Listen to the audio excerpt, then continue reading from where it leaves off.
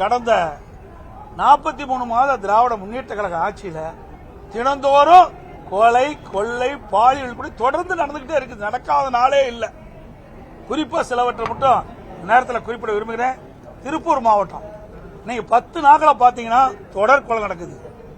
முதலாவதாக பொங்கலூர் அருகே உள்ள சேமலை கவுண்டம்பாளையம் பகுதியைச் சேர்ந்தவர் தெய்வ சிகாமணி, இவரது மனைவி அலமாத்தால், இவரது மகன் செந்தில்குமார், 3 பேரும் ஒரே குடும்பத்தைச் சேர்ந்தவர்கள். இவர்கள் 3 பேரையும் இன்றைக்கு கொலை செஞ்சிருக்கிறாங்க. இதுவரை கண்டுபிடிக்க முடியல. அந்த கொலை செய்யப்பட்ட அந்த ஐடி நிறுவனத்தில் வேலை பார்க்கின்ற அவருடைய மனைவி தொலைக்காட்சியில் இன்னைக்கு பேட்டி கொடுத்தாங்க. இன்னைக்கு அமைச்சர் வந்து அவருக்கு திமுக அமைச்சர் அவர் ஒரு அமைச்சர் போய் அவர் தொக்க விசாரிக்க போகும்போது அந்த அமைச்சர்கிட்ட இந்த ஆட்சியினுடைய அவலங்களை எடுத்து சொல்றாங்க. இந்த ஆட்சியில் சட்ட ஒழுங்கு முழுமையா கெட்டு போச்சு, மக்களுக்கு பாதுகாப்பு இல்ல அப்படின்னு ஊடகத்தின் வாயிலாக பத்திரிகைகள் பேட்டியை கொடுத்துட்டாங்க. அந்த அளவுக்கு சட்ட ஒழுங்கு மோசமான சூழ்நிலை இருக்குது. அதே போல சென்னை சிந்தாரிப்பேட்டையில மணலம் குன்றிய கல்லூரி மாணவிய 10க்கும் மேற்பட்டோர் பாலியல் கொடுமை செஞ்சிருக்கிறாங்க. முறையான நடவடிக்கை எடுக்கல. வழக்கு கொடுக்க போனா அலக்களிக்கிறாங்க. அதே போல சென்னை அமந்தகரை சதாசிவம் மேத்தா சாலையில் உள்ள அடுக்குமாடி குரூப்பை சேர்ந்தவர் முகமது நவாஸ் 40 இவர் வாகனங்கள் வாங்கி விற்கும் தொழிலை செய்தார். பிறந்த மணி நாசியா கடந்த டிசம்பர் முதல் தஞ்சாவூரை சேர்ந்த 15 சிறுமி நவாஸ் வீட்டிலே தங்கி வீட்டு வேலை செய்ய அந்த மாணவியும் அந்த குழந்தையும் கொலை செய்யப்பட்டிருக்கின்றாங்க. சென்னை அண்ணா நகரில் 10 வயது சிறுமிக்கு பாலியல் தொந்தரவு கொடுத்ததாக கடந்த மாதம் 30ஆம் தேதி அண்ணா நகர் அனைத்து மகளிர் காவல் நிலையத்தில் சிறுமியின் பெற்றோர் புகார் கொடுக்க சென்றாங்க. அனைத்து மகளிர் காவல் நிலைய போலீசார் வழக்கு பதிவு செய்து விசாரிப்பதில் அலட்சியம் காட்டுவதாக குற்றச்சாட்டு எழுந்து இது குறித்து சிறுமியின் பெற்றோர் கேட்டபோது அவளை போலீசார் எச்சரிக்கை கொடுத்து அனுப்பிச்சிட்டாங்க. இந்நிலையில் இந்த வழக்கு கோயம்பேடு அனைத்து மகளிர் இன்ஸ்பெக்டர் உமா மகேஸ்வரி மாற்றப்பட்டது.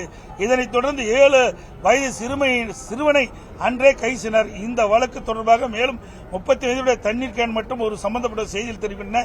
இவ்வழக்கை சென்னை உயர்நீதிமன்றம் தானாக விசாரணைக்கு எடுத்துக் கொள்ளப்பட்டது. சிபிஐ விசாரணைக்கு உத்தரவிட்டது. சம்பந்தப்பட்ட குற்றவாளிக்கு தண்டனை வாங்கியதற்கு பதிலாக இந்த அரசு உச்சநீதிமன்றத்தில் மேல்முறையீடு செஞ்சது. இது எந்த விதத்தில் நியாயம்? பாலியல் வன்கொடுமை செய்தவருக்கு ஆதரவாக செயல்படுகிற அரசு இந்த அரசு.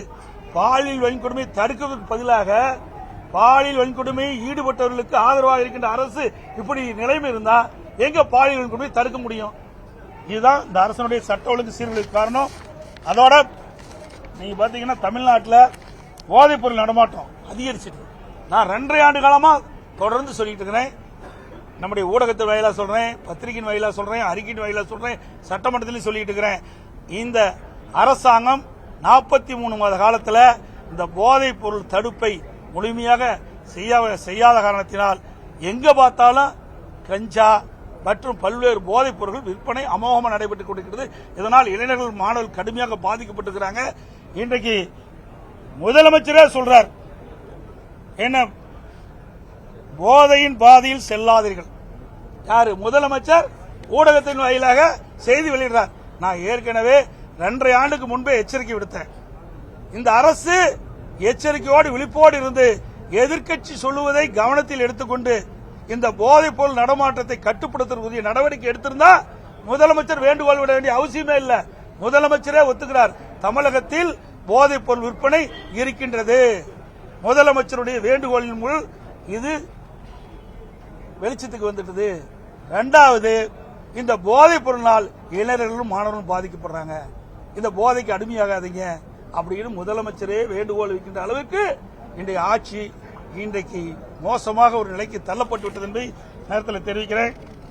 அது மட்டும் இல்ல, சென்னை உயர்நீதிமன்றம் இனியும் இந்த அரசு போதைப் பொருள் நடமாட்டத்தை தடுக்காவிட்டால் நீதிமன்றமே தலையிட்டு குழு அமைத்து நடவடிக்கை எடுக்கும் சொல்லிட்டாங்க. அந்த அளவுக்கு இந்த ஆட்சியில போதைப் பொருள் நடமாட்டம் அதிகரித்திருக்கு. சட்ட ஒழுங்கு அடியோடு சீர்கெட்டு போச்சு.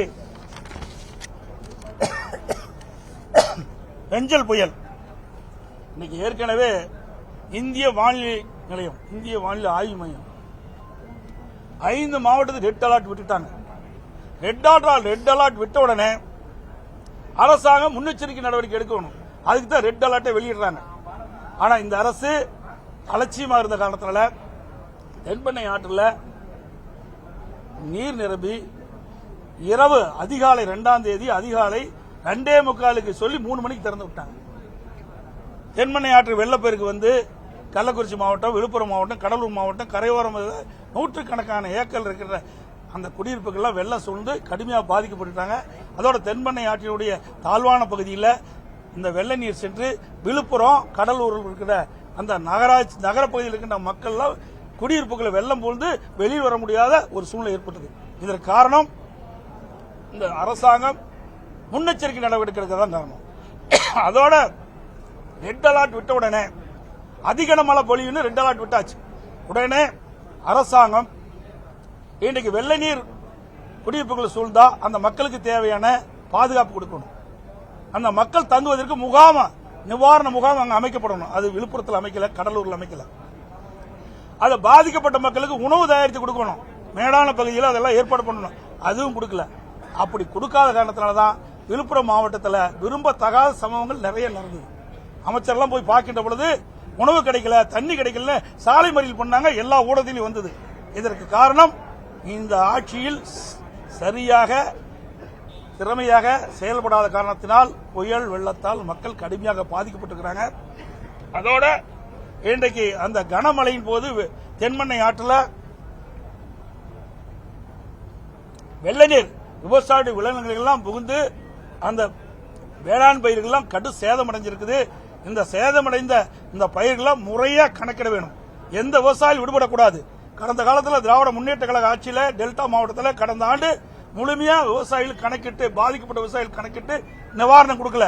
அது மாதிரி இல்லாம இந்த உரிய அதிகாரிகள் கண்காணிப்போடு எங்கெங்கெல்லாம் பாதிக்கப்பட்டிருக்கிறோம் இந்த புயல் வெள்ளத்தால் விவசாயிகள் எங்கெங்கெல்லாம் பாதிக்கப்பட்டாங்களோ அதெல்லாம் கணக்கிட்டு முழுமையான நிவாரணம் கொடுக்க வேணும்.